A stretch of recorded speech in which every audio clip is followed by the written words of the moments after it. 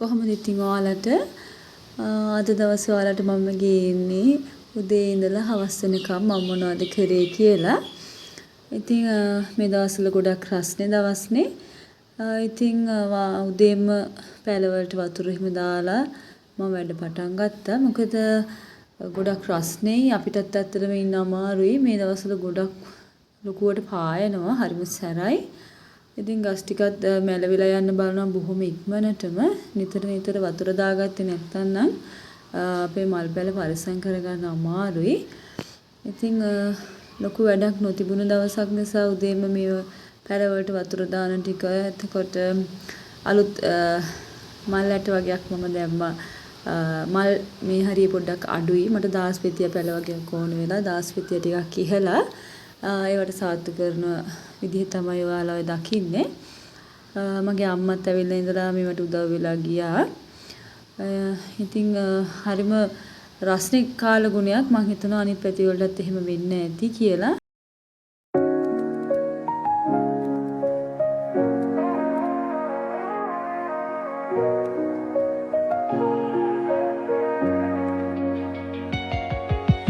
City lights blink, they got secrets to spill. Painted asphalt whispers a soulful chill. Clouds pass slow like memories that fade. Walking through the midnight, chasing dreams we made. Echo of your laugh, now a ghost in the shade. ඇත්තටම ගොඩක් ආස වුණත් මට සමහර පැල වර්ග තියෙනවා හදාගන්න බෑ.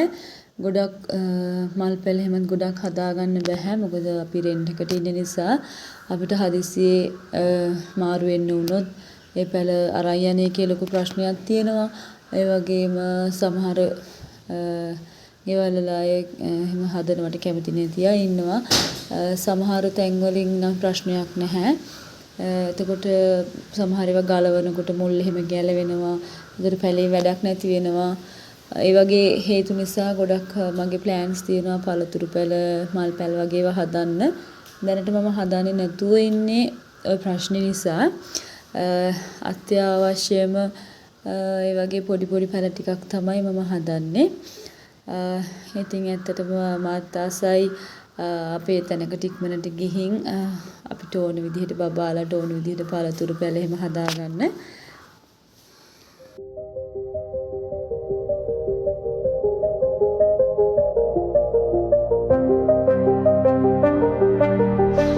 හස්බන්ඩ් උදේ ගිහිල්ලා මාළු වගේක් ගෙනත් තිබුණා. ඇත්තටම සතියකට එකමාරකට වගේ මාළු ගේනකොට එතකොට ලේසි සැරින් සැරේ යන්නේකත් අපහසුයි. මොකද එයා ඉන්නේ ටිකක් රෑ වෙලා නිසා නිතරම මාළු එහෙම ගේන්න යන්න අමාරුයි. මාළු වැඩිපුර ගේනවා සතිවලට අපි වැඩි චිකන් ගන්නෙ නැහැ. මේ මාළු ටික සතියකට වගේ ගෙනාවට මට ඇත්තටම සතිය එකමාරක් දෙකක් වගේ පාවිච්චි කරන්න පුළුවන් වුණා. ගොඩක් තිබුණා. මෙතන රුපියල් 2000ක වගේ මාළු තිබුණේ. හරිම වටිනවා. ඒ ගානට නම් ගොඩක් වටිනවා. ගොඩක් මාළු වර්ග තිබුණා. ගොඩක් පාවිච්චි කරන්නත් පුළුවන් වුණා. ඒ ගෙනාව මාළු ටික මම වෙනම සෝදලා වෙනම මට අවශ්‍ය ප්‍රමාණ කොටස් වලට කපා ගත්තා. මෙහෙම කපාගෙන එක සැරේම අපිට අවශ්‍ය ගාන වෙන් කරලා බොක්ස් වලට දාගත්තාම ඇත්තටම මම ගොඩක් වෙලාට උදේ උයන කෙනෙක්නේ. ගොඩක් පහසුයි ඒ වෙලාවට. එතකොට රෑට අපිට පුළුවන් ඒ අවශ්‍ය කොටස විතරක් අරගෙන ෆ්‍රිජ් එකේ පහළ කොටසේ තියලා උදේට උයන්න ගන්න. එතකොට අයිස් ටික එහෙමත් ගානට මිදිලා තියෙනවා. ආයෙ වෙනම කරදර වෙන්න ඕනේ නැහැ. අර සේරම මේ මාළු එකට තිබ්බහම වෙන්නේ ඒ ඔක්කොගේම අයිස් යනකන් ඉන්න ඕනේ. හැම වෙලෙම හැම කොටසකම අයිස් යන එළියෙන් තියෙනවා. ආය ඇතුළට දානවා. එහෙම ප්‍රශ්න වෙනවනේ. ඊට වැඩි මේ ක්‍රමේ සෞඛ්‍යාරක්ෂිතයි. මේ අපිට ඕන කොටස දැන් අපි ගන්නවානේ මේ දවස්වල මේ උයනවා මාළු කියලා. එතකොට ඒ අවශ්‍ය කොටස එක කොටසක් අරගෙන ඒක වෙන් කරලා ෆ්‍රිජ් එකේ තියාගත්තම හරිම පහසුයි. තව දෙයක් තමයි මෙහෙම දැන් මාළු හොදලා දාපම ගොඩක් අය කියනවා ටිකක් අර පිළිගඳ වගේ එනවා ෆ්‍රිජ් එක ආරෙනකොට ගඳයි කියලා. ඒකට ඔයාලට කරන්න පුළුවන් මාළු සෝදනකොට දෙපාරක් විතර සේදුවාට පස්සේ කහ ටිකක් එතකොට දෙහි බින්දු කීපයක් දාන්න. එහෙම දාපුවාම අර දාලා චුට්ටක් කරලා වතුර තිබ්බහම ඒ පිලී ගඳ නැති වෙලා යනවා. ඔයාලා මේ try කරලා බලන්නකෝ. එතකොට අර ගඳ එන්නේ නැහැ.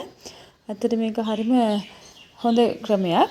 මාත් වීඩියෝ එකකින් දැකලා තමයි මේ ක්‍රමය අත්දැක බැලුවේ. ඇත්තට මේක සාර්ථකයි. Rolling slow, yeah. The sun's sinking low. Hitting up the boulevard, see the palm trees glow.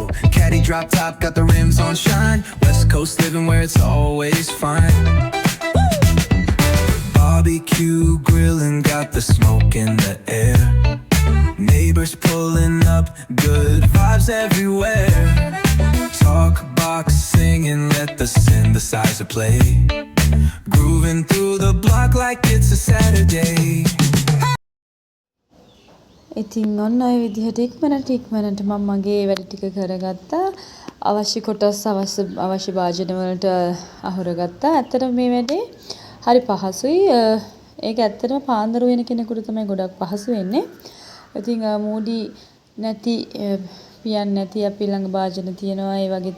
ඒ වගේවත් මේ වෙලාවට ප්‍රයෝජනෙට ගන්න පුළුවන්. මේ වගේ ප්ලාස්ටික් රැප් එකකින් ඔතා ගත්තා නම් ඔයාලට පහසුයි. බය වෙන්න දෙයක් නැහැ. ඉතින් මේ විදිහට අවශ්‍ය කොටස් ටික මම වෙන් කරගෙන ප්ලාස්ටික් රැප් එකකින් ඔතා ගත්තා. අපිට ලොකු වැඩක් නැතුව තමයි මෙච්චර වෙලා අපි හිටියේ.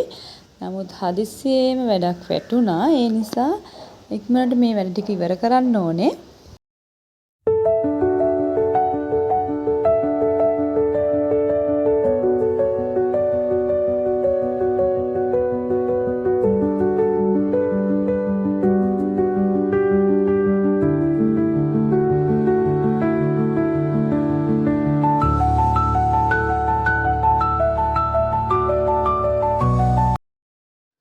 ඉතින් කරන්න ගෙදර තියෙන වැඩක් පටන් ගත්තට පස්සේ ඒක විශේෂ බාරදූර ටිකක් අපහසු වැඩක්. කරලා ඉවරුණාට පස්සේ දැනෙන හිතට දැනෙන සතුට ඒ සැනසීම මං ඉතින් අලුතින් ඔයාලට කියන්න ඕනේ නෑනේ. ඒක හරි පිළිවෙලට Taman ඕන විදිහට මම කියන්නේ මොන වැඩේ වුණත් Taman ආස විදිහට Taman හිතපු විදිහට ඒ වැඩේ වුණා නම් අපිට ගොඩක් හිතට සතුටක් දැනෙනවනේ. අන්න ඒ සතුට මාත් භුක්ති විඳා. ඉතින් මම ඔයාලට කියවනේ අපිට හදිසි වැඩක් වුණා කියලා. හස්බන්ඩ්ගේ යාළුවෙක් ආරාධනා කරා හදිසියෙම එයාලගේ බණ ගෙදරක් තියෙනවා කියලා එන්න කියලා. ඉතින් අපිත් ඇත්තටම හවස් වරුවේ ටිකක් කම්මැලිකමේ හිටපු නිසා අපිත් ඇත්තටම සතුටින් ඉතින් යන්න ලෑස්ති වුණා.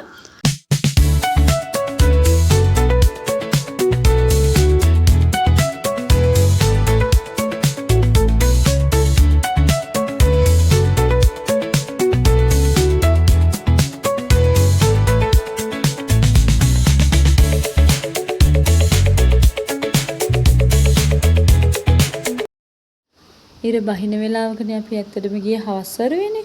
හරි ලස්සනට ඉර බහින එක පේනවා. මේ හයිවේ එකේ දිගටම යනකම් එහෙම ලස්සනට පේනවා. පොඩි අයත් හරි ආසයි මේ වැඩේට. මාත් ටිකක් ආස නිසා ඔයාලටත් පෙන්වන්න තමයි මේ වීඩියෝ එක දාගත්තේ. හරි ලස්සනයි මේ දර්ශනය ඇත්තටම. ඉතින් ওই විදිහට අපි සතුටින් සින්දු කියයි ඉතින් ටිකක් දුර ගියා. ওই විදිහට තමයි අපේ දවස් ඉතින් ඇත්තටම සතුටින් වැඩ ටිකකුත් කරගෙන නිදහසේ ගෙවුනේ. ඇත්තටම හරිම සතුටුයි මේ වගේ දවස් එනකොට. කියන්නේ ජීවිතේ අපි නොහිතන වෙලාවල් වල පොඩි වෙනසකුත් එක්කලා පොඩි අත්දැකීමකුත් එක්ක සමහර දේවල් බෙදා හදා ගන්නත් පුළුවන්. ඉතින් ඔයාලත් මාත් එක්කම ඉන්න එක තවත් ලොකු සතුටක් මට මගේ ජීවිතේ පුංචි දේවල් බෙදා ගන්න. ඉතින් තවත් මගේ ජීවිතේ ලස්සන දවසක් ලස්සන පිටුවක් පෙරලන්න ඔයාලත් එක්ක එකතු වෙන්න පොරොන්දු වෙන ගමන් හැමෝටම සුබ දවසක් කියලා ප්‍රාර්ථනා කරනවා. ගිහිල්ලා එන්න. බයි.